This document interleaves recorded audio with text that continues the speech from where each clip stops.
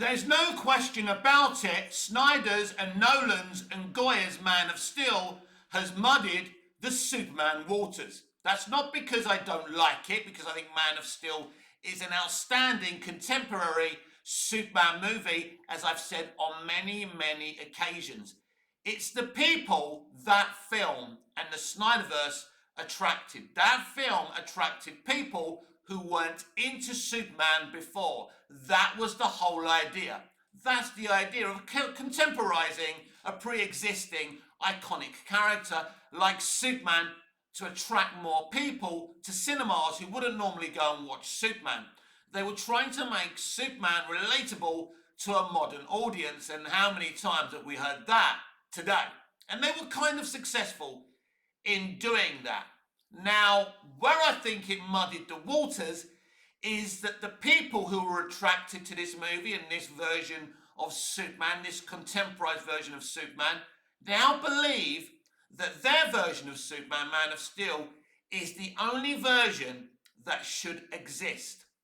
Every day I hear them saying how Superman shouldn't have the red trunks, how he shouldn't smile, how he shouldn't joke, how, the colour palette should always be dark, how the suit should be darker. And it's very, very interesting. They have taken over the narrative. What I'd like to ask them, who died and put them in charge? No, I'm serious. I saw a tweet from a Snyder stan yesterday saying this: Superman isn't your comfort animal, your comfort teddy bear, or whatever he said.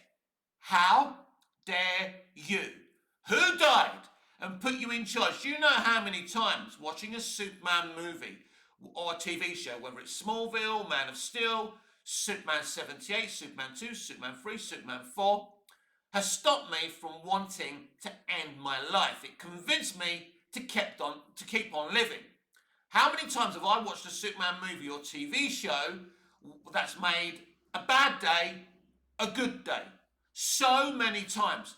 And I can guarantee you that I'm not the only one. So how dare you say that Superman isn't our comfort blanket? I'm getting fed up of this shit. I'm fed up of these people thinking they have the right to the narrative. Superman belongs to everyone. And while I'm on the subject, James Gunn and Zack Snyder didn't invent Superman. Siegel and Schuster did.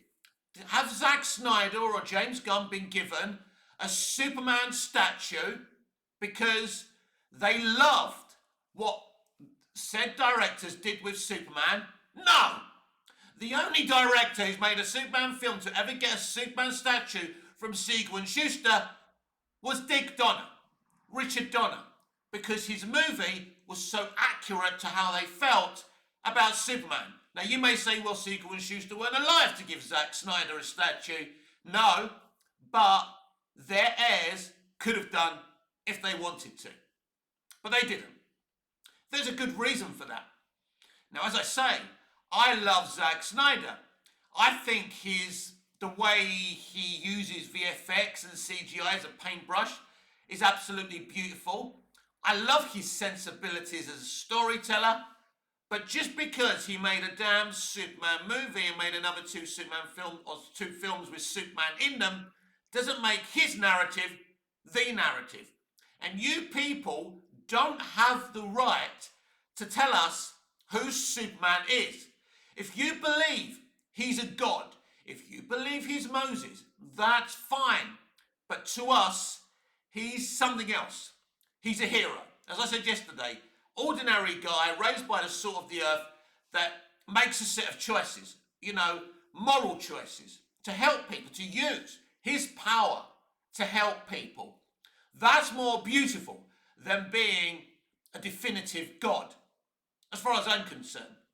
Just an ordinary kid from Kansas who decides to use what he's got for good. But he's not an ordinary kid, Mick. Yes, he is. Mentally, he's an ordinary kid. Yes, he's got those powers, but he thinks like we do. He thinks like a human being because he was raised as a human being. Some of you don't seem to get the core of what Superman is.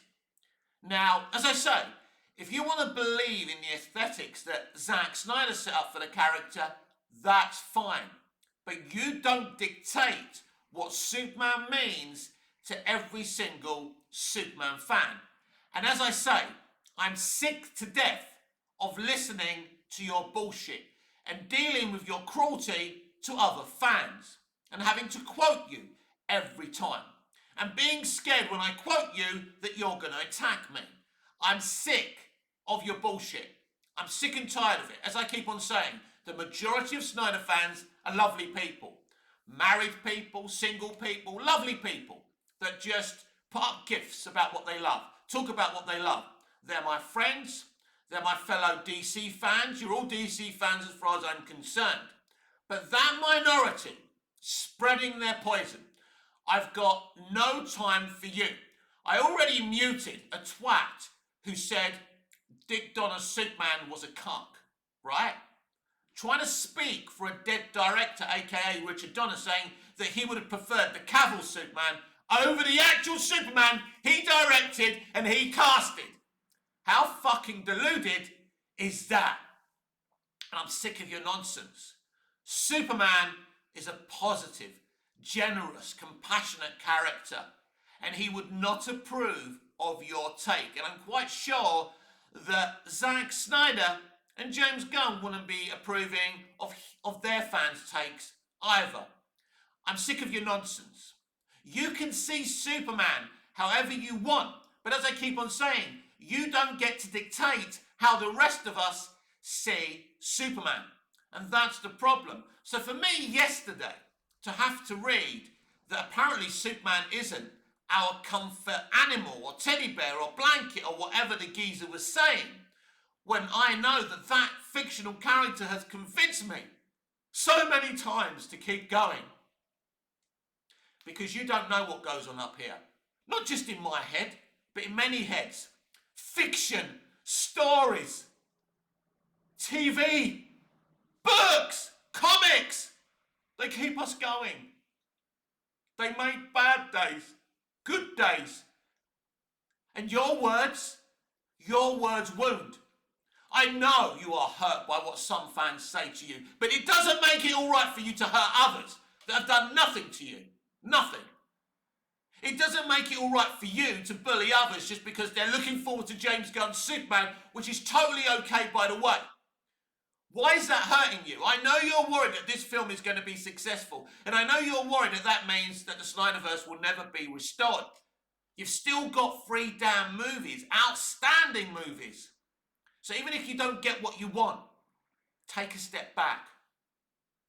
When this movie comes out, it's fine for you to constructively criticize it. It's not fine to call James Gunn that P word constantly. You have no evidence that he is those things. Even with those tweets, even with the fancy dress fetishes, there's still no evidence that he's ever committed those crimes, right? A crime, in any crime. From all intents and purposes, James Gunn is a law-abiding citizen. You can be disgusted by those tweets. You can be disgusted by the fancy dress fetishes, right? You can. That's fine. And you can say you're disgusted by that. But then you have to be disgusted by 97.9% of people working in Hollywood. But you're not willing to do that, are you? Because let's be honest, as I keep on saying, whoever took over DC that wasn't Zack, you would have gone for them. I've seen the shitty takes. You know, you're all going after that interview scene. If it isn't for the right, if it isn't the right-wing nut jobs being intimidated by Lois Lane being a strong, assertive woman, interviewing Superman and throwing some facts his way, and also Superman coming back with some facts that he feels he don't represent anyone. He was just wanted to do good. He just wanted to stop the war so people didn't die. Both Lois in that scene is totally Lois Lane from the comics, and Superman at that moment, and Clark is totally Clark and Superman from the comics. He's defending his right to be able to save people. That's why his father sent him to Earth, after all. That's what his father and mother, his adopted father and mother, Martha and Jonathan Kent, brought him up to do. stand for goodness and for right. It's like every time someone defends the people that are abused in Palestine and they're accused of being anti-Semitic, right? They're just good people who see people being hurt and they want to stand up for them because nobody else in power is. That's exactly what's going on between Superman and Lois Lane. Both very, very good people that happen to be in love, but she's looking at it she's scared for him as well. But she's also worried about the consequences of him going to that country. And there are consequences because we know the Hammer of Moravia comes and causes all that carnage. And probably people get hurt and maybe some people die as well.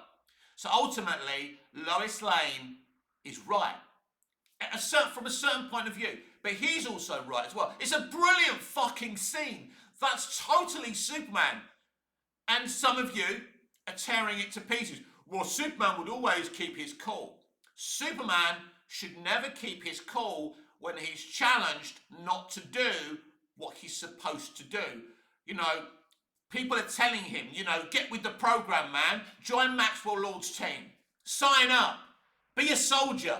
And he's saying, no, I'm an independent. That's who Superman is. He's fighting. And he's trying to inspire the other metahumans who have signed up with Lord to unsign up with Lord. Because he knows he's a wrong 'un. Because he knows Lex Luthor is a wrong 'un. That's the point.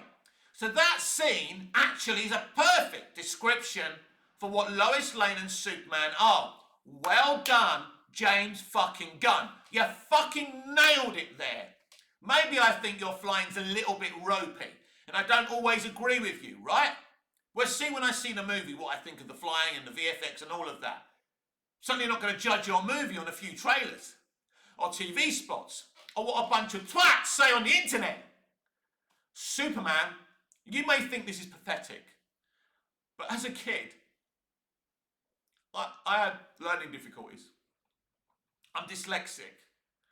I have other issues. I didn't have any friends. All I had was my TV. All I had was films and TV shows. Michael Knight, Hannibal, B.A., J.R. Ewing, whatever. They were my friends. I didn't have any friends.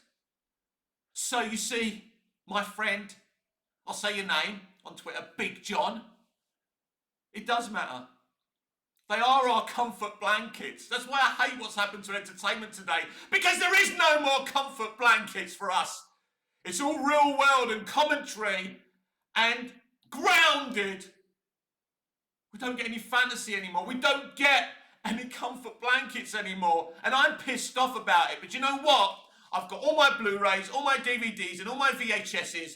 So I've still got my comfort blankets. What makes me so sad is that this current generation doesn't have those comfort blankets. What a tragedy. What a horrible, hateful fucking world we live in. And we got people on Twitter telling us that Superman isn't our comfort blanket. Yes, he is. Yes, he fucking is. How dare you try and take away something good? Do you know what it's like to suffer? Do you know what it's like to have nightmares? Do you know what it's like to have depression? Do you know what it's like to be unsure of yourself? And all you've got is the sentence, once upon a time. Or that classic memory of the Warner Brothers logo coming up, or the 20th Century Fox logo coming up. Your favourite bit in a movie. Yeah? We've all got them. They are our comfort blankets. So you, sir, have no right to say that this stuff isn't our comfort blankets. What you're saying is that this is the program, right? Superman is a grounded, real character, and he does snap people's necks, and he's not fantastical, and he's not bright, and he's not inspiring. Wake up and smell the shit. That's what you're telling me. That even in my movies, I can't fucking escape and have some purity and colour and hope. I would never want to see the world the way you do, sir. And I'm very, very, very disappointed because you know what it's like to be attacked for what you love. You lot have become the very thing you stood against. And isn't that sad? A bit like Darth Vader, Anakin Skywalker. He becomes the thing he was fighting. You lot have become the very thing you vowed never to become.